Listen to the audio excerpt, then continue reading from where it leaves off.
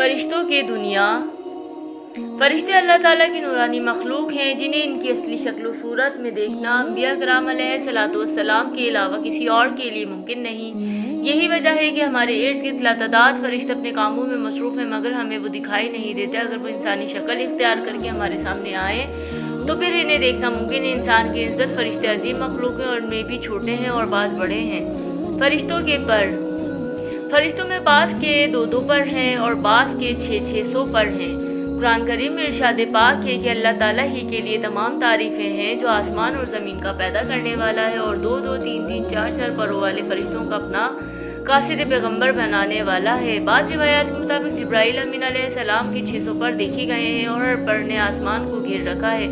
ان کے پروں سے مختلف رنگ اور موتی بکھر رہے تھے۔ فرشتوں کی قد و قامت، وہ فرشتے جنہوں نے عرش اٹھا رکھا ہے، ان کی قد و قامت کے بارے میں سیدنا انس رضی اللہ عنہ سے مروی ہے کہ حضور نبی کریم صلی اللہ علیہ وآلہ وسلم نے ارشاد فرمایا، عرش کو اٹھانے والے فرشتوں میں سے ایک فرشتے کے بارے میں مجھے یہ بتانے کی اجازت دی گئی ہے جس کے پاؤں سب سے نچلی 7ویں زمین میں ہے اور اس کے کندھوں پر عرش ہے۔ اس کے دونوں کانوں اور کندھوں کے درمیان اتنی دوری ہے کہ اسے طے کرنے کے لیے پرندے کو 700 سال کی پرواز چاہیے۔ وہ فرشتہ کہتا ہے، یا اللہ تو پاک ہے جہاں بھی ہے اور جہاں بھی ہو۔ فرشتوں کی ضروریات۔ اللہ تعالیٰ نے فرشتوں میں شادی بیاہ کی حاجت نہیں رکھی، اسی طرح انہیں کھانے پینے سے بھی بے نیاز کر دیا ہے۔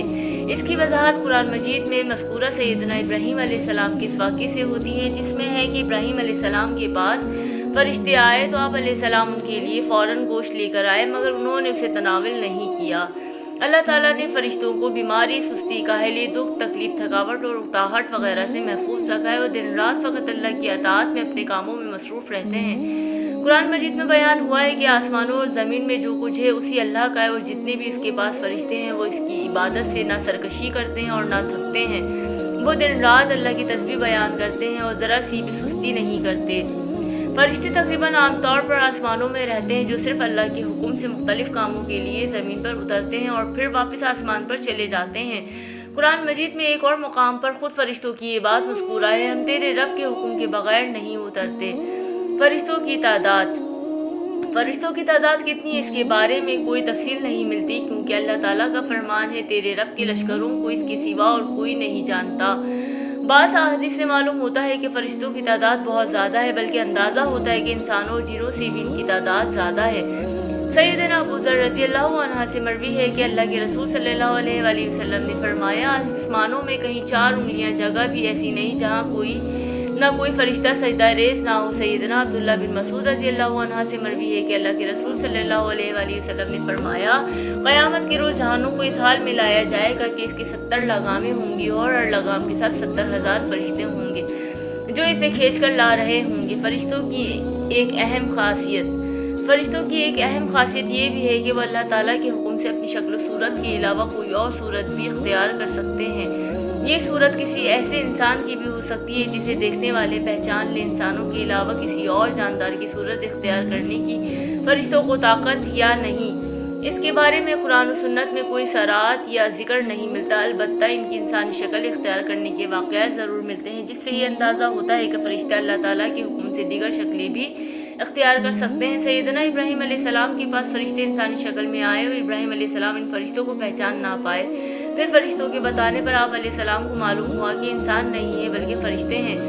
سیدنا مریم علیہ السلام کے پاس جبرائیل امین علیہ السلام انسانی شکل میں تشریف لائے تو جبرائیل امین علیہ السلام سوائے 2 مرتبہ کے ہر مرتبہ نبی کریم صلی اللہ علیہ وسلم کے پاس انسانی شکل میں تشریف لائے۔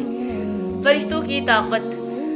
اللہ تعالیٰ نے فرشتوں کو انسانوں اور جنوں سے کئی گنا زیادہ قوت و طاقت عطا کر رکھی ہے۔ حضور نبی صلی اللہ علیہ وآلہ وسلم نے جب طائف کے مقام پر وہاں کے لوگوں کو اسلام کی دعوت پیش کی تو آپ صلی اللہ علیہ وآلہ وسلم پر وہاں کے لوگوں نے ظلم و جبر کی انتہا کر دی اور حضور نبی کریم صلی اللہ علیہ وآلہ وسلم کو لہو لہان کر دیا تو اس مقام پر سیدنا جبرائیل امین علیہ السلام تشریف لائے۔